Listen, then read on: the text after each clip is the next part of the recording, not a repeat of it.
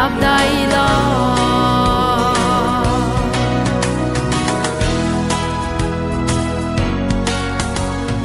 đừng về mày câu nè qua ghé có hè rồi về có ghé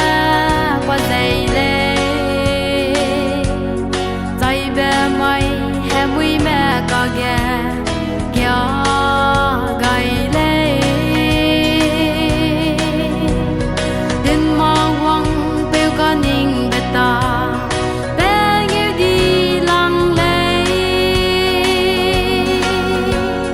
kinh kim này kia đây có ghé để gì lâu ở dễ dễ và có ghé Isua sắp đây lâu